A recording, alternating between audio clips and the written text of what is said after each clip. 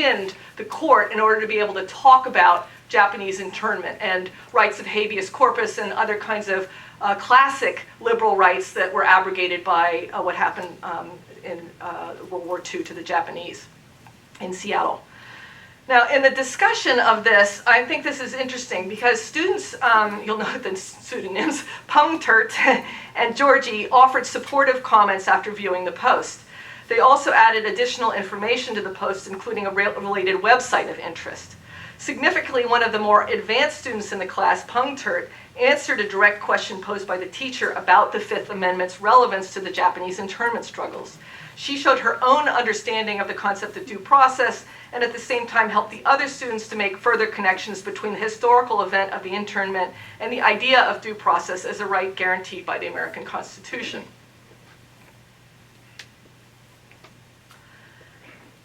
Okay, here's another example, one of redlining.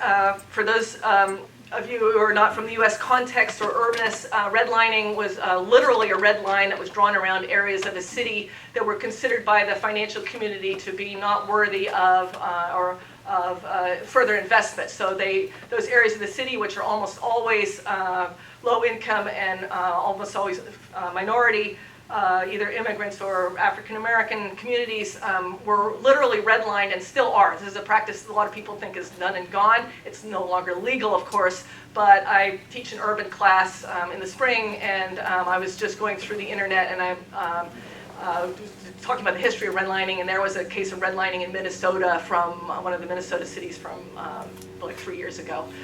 So it's clearly a practice that's ongoing, and it meant that a lot of parts of cities would become derelict because you couldn't get funding to those parts of the cities, either mortgage funding or equity home improvement kinds of funding. And then, of course, what happens is the gentrification, because of the rent gap, gentrification processes ensue and people are turfed out of their neighborhood eventually. And that's a whole class, but I give it to you in like 10 seconds. In this example, a student locates a general area of the map. This is the International District, and you can see she uses the line tool to sort of circle the International District. This is a lot better than just brushing off Seattle, right? And they could zoom in and out in terms of the scale, too, so they could, at the scale they were comfortable with. She uploaded a photo from a main street in that neighborhood as a vehicle for talking about the practice of redlining. In her text, she introduced redlining in a somewhat confusing way. Many Filipino people lived in the International District because it was the only place that wasn't redlined. Redlining is when basically an invisible line is put dividing where Filipinos can buy land. And that's not quite right.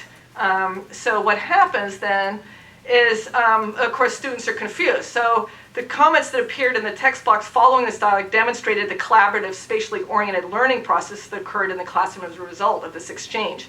So one student, using the pseudonym Funny Gummy, indicated her initial confusion by the question, well, how did redlining actually work if it was like an invisible? And this was, good question. And this was answered by the teacher, who then used the student's question as a way of introducing the concept of restrictive covenants. Another student, B, then brought in her own understanding of the process, which she had learned from her research on the Chinese experience in Seattle. And I think this is really important too, because the students are starting to make connections between the different ethnic groups and the different kinds of struggles that they were fighting, the spatial struggles they were fighting. And she noted authoritatively, Filipinos were not the only people who got redlined. And so again, it's bringing up this sort of learning that happens through actual seeing the map, what's happening in locations, and saying, hey, that's happening in my location too, and then being able to be a knowledge producer. My group had the same problem. Okay, in terms of democratic participation and engagement, towards the end of our time with them, we saw a growing interest of the students in their own neighborhoods. Spatial events and struggles that impacted those before them were important for their lives, and they started to see that. They saw that people had created community centers and spaces of political solidarity, and also contested the exclusions from space or community or containment in space, and that these struggles made a difference. As part of the historical piece that they were doing, they were interviewing a lot of community members. for the Teachers Project, which is a film documentary. And a lot of the historical work that they were doing for that project was also finding its way into these discussions. So they would say, well, I just had a great talk with Victor Marr about Chinese and Filipino containment and various kinds of exclusions, and how can I put him on my map? Like, so they're actually starting to see people as involved in the space, like making space. So to try to, we had a lot of verbal and other kinds of evidence, but I wanted to also to show you sort of the final thing that we came up with to try to capture this learning, which was a civic engagement worksheet. And we did this with them on the last day of the last 2 weeks with them, posing questions related to social and spatial problems that each group had faced in Seattle, and then what others had done, what people had done through time to contest these problems, and also what could they imagine themselves doing if the problems persisted. So what did they imagine? Just wondering how, can you see that? No? Oh, that's too bad. Okay, so let me, yeah, I think the next one's clearer, but I will try to go through this. So 3 members of, this is the African American team, and they responded to these questions. Describe some of the problems your group faced in Seattle, and they have redlining, people couldn't get jobs because they were black, discrimination. And then what did members of the community do to solve these problems or change the situation? Activism, Black Student Union, Black Panther Party, sit-in, civil disobedience. Okay. Who took these actions? This might be an individual person, an organization, or a group of people.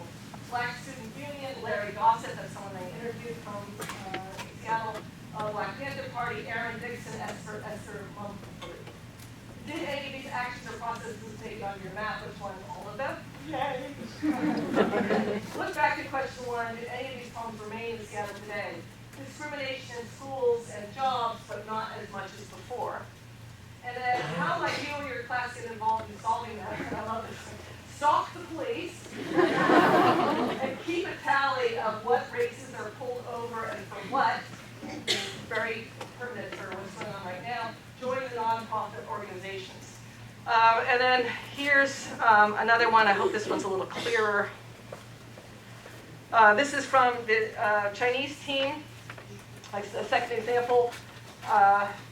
This group also named a specific person. Here, Wing Luke.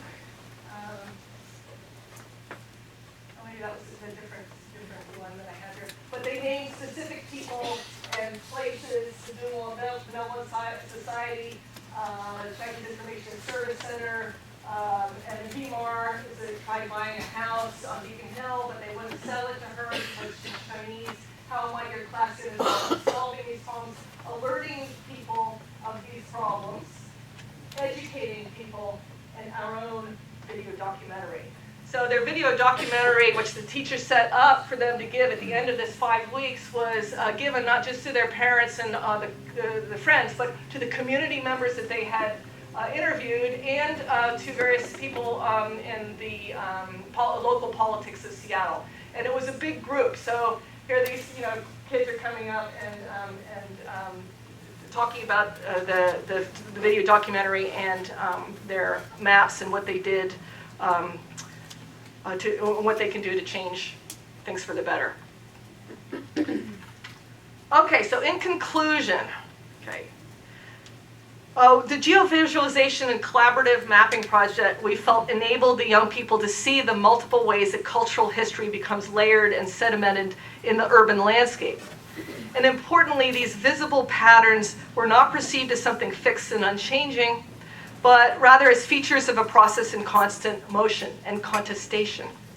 Among the insights that the students derived, a key one was the understanding that both discriminatory actions such as redlining and the creation of affirmative locales, such as benevolent societies, are profoundly spatial processes, critical in both scope and impact to historically subordinated groups. Literally placing people, institutions, and events into the students' own neighborhoods through locating them on a map of the city and attaching historical and contemporary documents to each mapped space, helped them to graphically and visually connect both geography and history to the present time and place and make it relevant to their lives.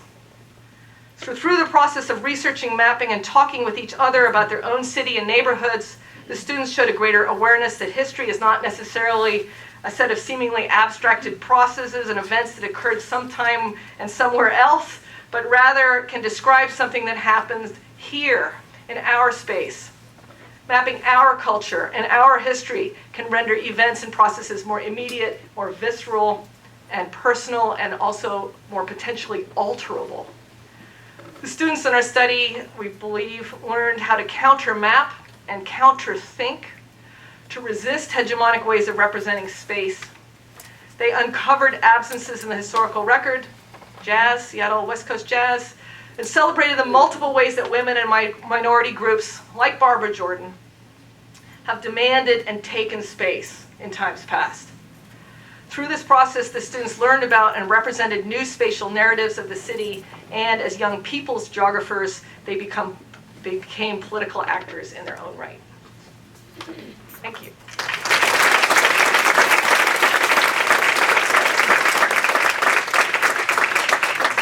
have time for questions for Kathryne.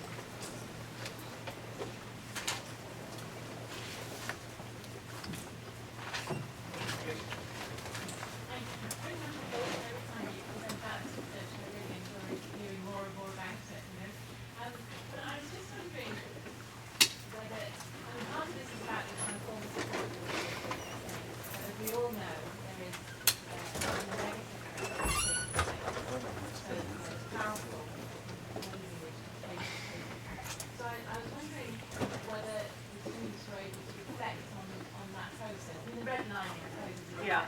But in a sort of bigger scale, around away from this kind of groups, or groups that take power, and this is about what's happening in Africa and so forth, at the moment, the actual states, destroying villages and so on and so forth. So, whether they are actually effect on the way in which taking space can be very negative at this time. Yeah, absolutely. And okay, so Tracy's asking about whether the students were able to see and reflect on the negative ways that space is taken by sort of the more powerful. And I didn't, actually, my personal temptation and who I am, I tend to be critical and negative, and so I'm always focusing on how bad things are becoming. So I deliberately are trying not to do this for myself and also for the students, and try to focus on the positive takeaway, and that you can actively make changes in your own lives and in the spaces around you. But absolutely, I mean, the history of Seattle and many other histories is this history of space being taken away and people being contained and excluded and interned and redlined. And also, one of the things that the students picked up was the quarantining. So on the seemingly neutral idea of health, Filipino migrants were quarantined out in Port Townsend for 3 weeks, 360 people, actually learned 2 weeks when there was an epidemic, I forget, I think it was tuberculosis, but there was an epidemic, and that group was taken, because they had just recently arrived, and so they were taken offshore and they had to stay excluded from the community for quite a period of time. And the students picked up on, initially, you know, if you're a student and you think, okay, somebody's been taken away because of health reasons, so well, that's justified, that's fair. But then when they put it together with all these other things that they were seeing, these negative processes, they're like, I wonder if they really were being quarantined purely for health reasons. And then that's a whole deeper level of critical thought, right?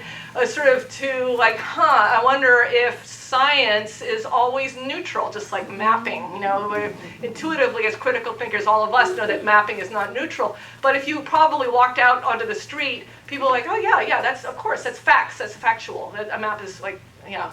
And that some 300 people are quarantined, of course, well, that for health reasons. Or what's going on with Ebola. Or, you know, there's so many examples that we know historically now that are about this relationship between people being, you know, moved around or excluded from various kinds of resources because of health reasons, are often also about power relations in society. So, so yes, they did see these larger things, and I didn't pull them up in this talk so much, but I have in some of my other work where they are really reflecting on the sort of negative ways that people have taken power over space. Yeah. I'm really great. Thank you very much. And I've just had a question about two parts. When did you finish working with young people? In 2012. So have there been any follow-up, or are there any plans to follow up on seeing how some of those imaginative endings of the process translate into any actions? Well, I have to say, I went on sabbatical a year after this was finished. So and that was at the end of 5 years of being the chair of the department. And help me out here, Stuart. I have not really been back. I have talked with the teacher, and she sort of kept me, alert to what they were doing in the classroom. But this is just a middle school. This is a private girls' school that's only for 3 grades. So those students were actually gone within a year. So by the time I came back, they were all gone. So I'm sorry. The answer is no. I realize I should have, but I was working on my backstroke. So I shouldn't be flip. Yeah. I was just curious.